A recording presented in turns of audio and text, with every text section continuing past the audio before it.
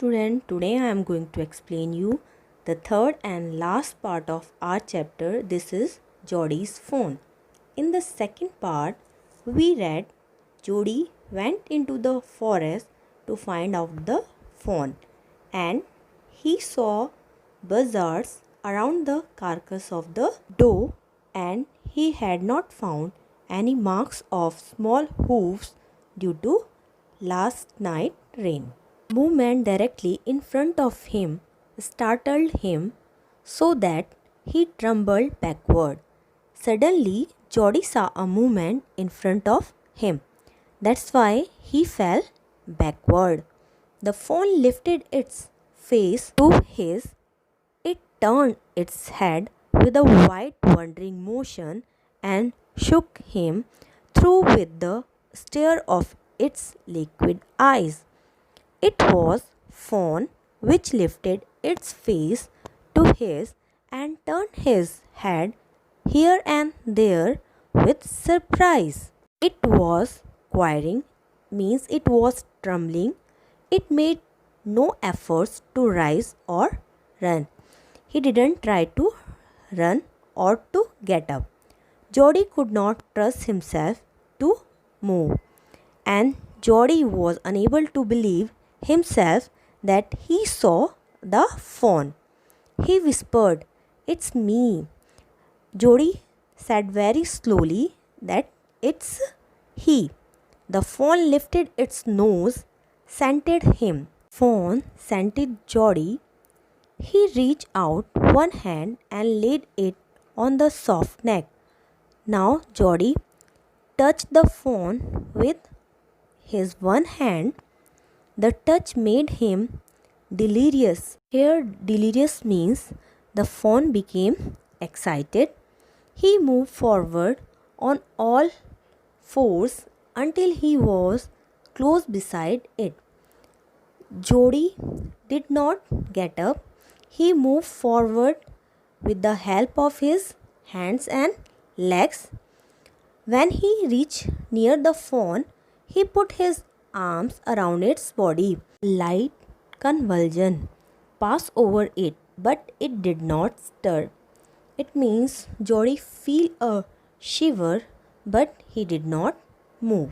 He stroked its sides as gently as though the fawn were a china deer and he might break it. It means Jody touched the fawn very gently, like a toy made of china clay. Its skin was very soft. The skin of the fawn was very soft. It was sleek and clean. Sleek and clean means smooth and shiny, and had a sweet scent of grass and a very good smell of grass coming from the skin. He rose slowly and lifted the fawn from the ground. Now Jody stood up to take the fawn from the ground. Its legs hung limply. The legs of the fawn was hanging. They were surprisingly long, and he had to hoist the fawn as high as possible under his arm. It means Jody tried to keep the fawn high because the legs of the fawn was very long. He was afraid that it might kick and bleed at sight and smell of its mother. Jody was also afraid to think if the fawn saw the dead body of its mother, it will kick or bleed.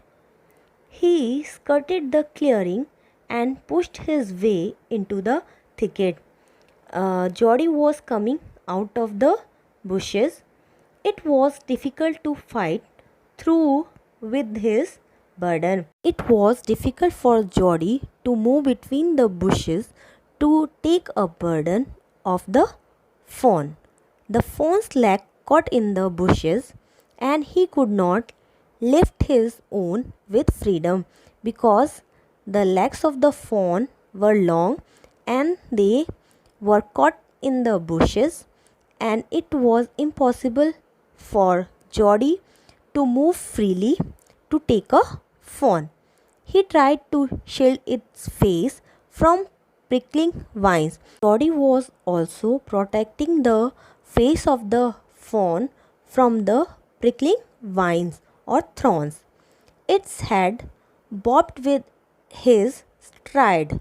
Fawn's head was hanging one side with the stride, means long step of Jody. His heart thumped with the marvel of its acceptance of him, and Jody's heart was beating very fast to thought that the fawn accepted him.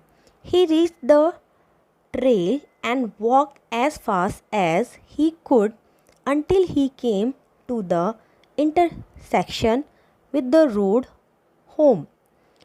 Now Jody reached at the trail, means path or the way, and walked as fast as he could until he reached a place where were two roads.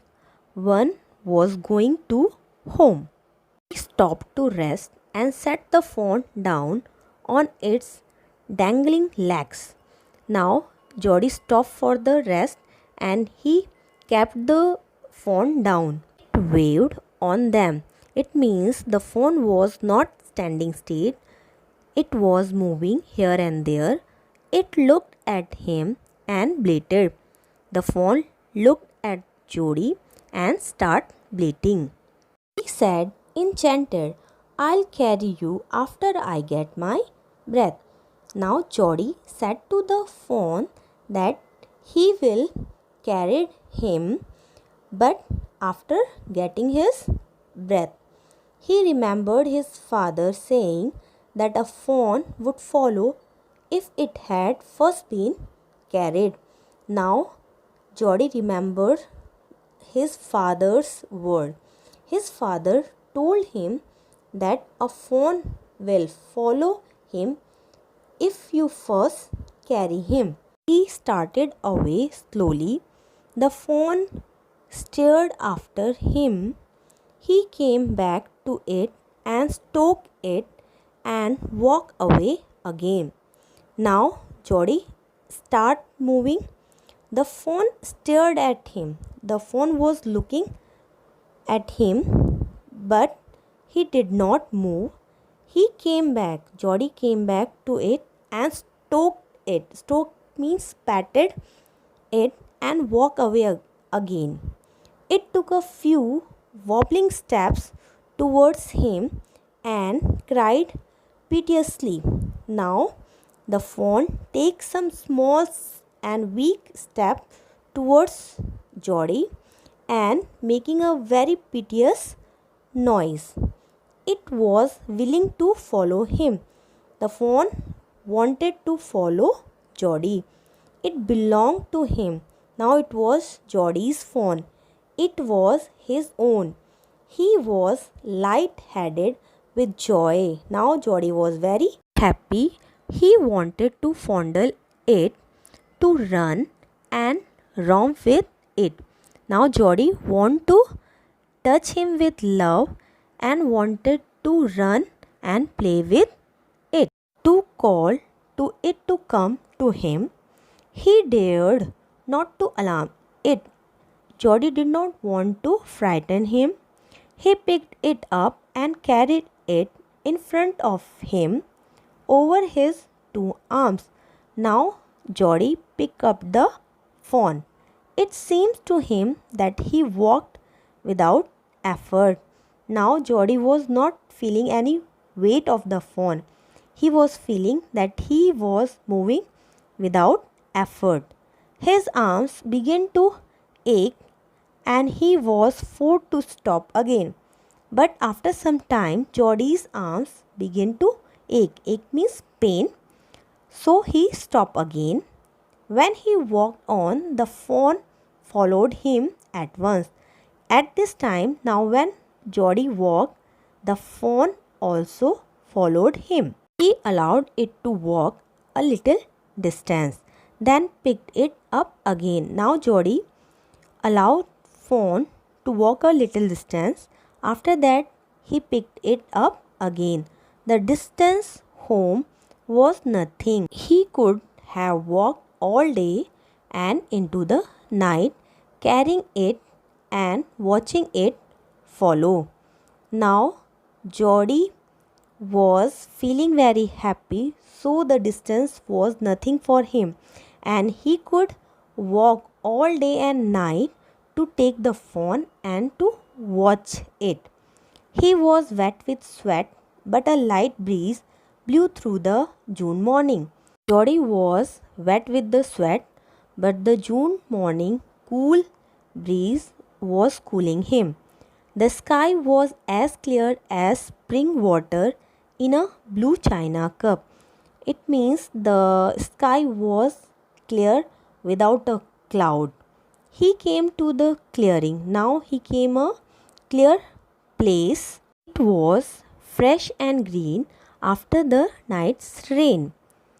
He fumbled with the latch and was finally obliged to set down the phone to manage it.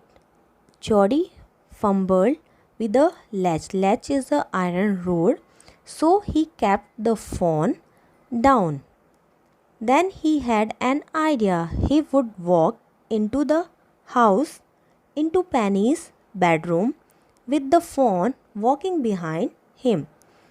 After that, Geordie went into his father's bedroom and the phone also walking behind him. But at the step, the phone barked and refused to climb them. The phone barked means unwillingly refused to climb the stairs. He picked it up and went to his father. Now Geordie picked the phone and went to his father. Penny lay with closed eyes. Now Penny is the father of Geordie, was lying with closed eyes. Geordie called, "Pa, look." Penny turned his head. Geordie stood beside him. The phone clutched hard against him. Now Geordie was standing near his father and he was holding the phone. It seems to Penny that the boy's eyes were as bright as the phone's. Now father saw the eyes of the Geordie was as bright as the eyes of phone. He said, "I am glad you found him." Now father was glad that Geordie found the phone. Geordie then went to the kitchen. The phone wobbled after him. The phone also followed him. A pan of morning's milk stood in the kitchen safe, and there was a pan of milk on the kitchen safe. The cream had risen on it. He skimmed the cream into a jug. Now Geordie took out the cream of the milk and kept it into a jug. He poured milk into a small gourd. Gourd is a small bowl.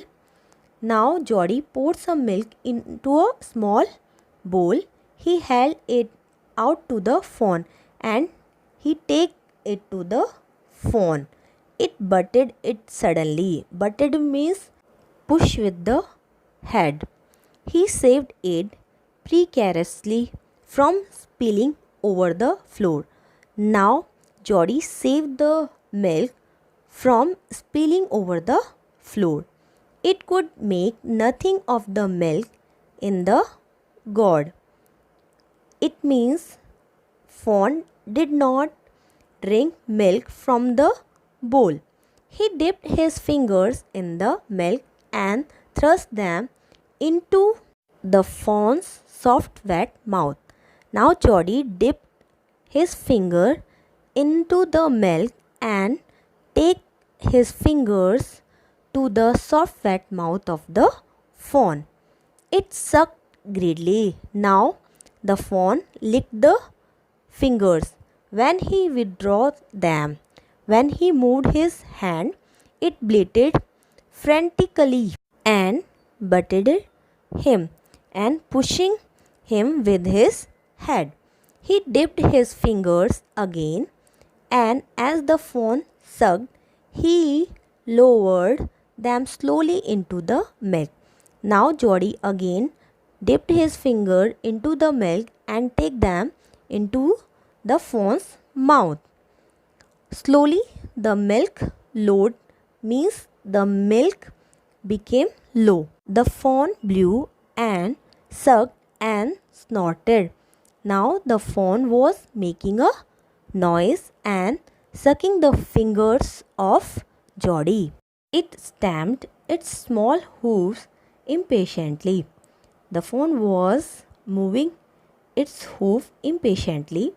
As long as he held his fingers below the level of the milk, the fawn was content. Geordie dipped his finger into the milk until the fawn was contented means satisfied. The fawn was hungry. When his hunger was satisfied, Geordie dipped his finger into the milk. It closed its eyes dreamily. Now fawn closed its eyes. It was ecstasy. Ecstasy means joy to feel his tongue against his hand. Now Geordie feeling the tongue of the fawn on his hand, its small tail flicked back and forth, and the fawn was moving its small tail backward and forward. The last of the milk vanished in a swirl of foam and gurgling. Now the small amount of milk also finished in the last. I hope you will understand the chapter. This is Geordie's fawn. How the Geordie found the fawn and how he saved the life of the fawn.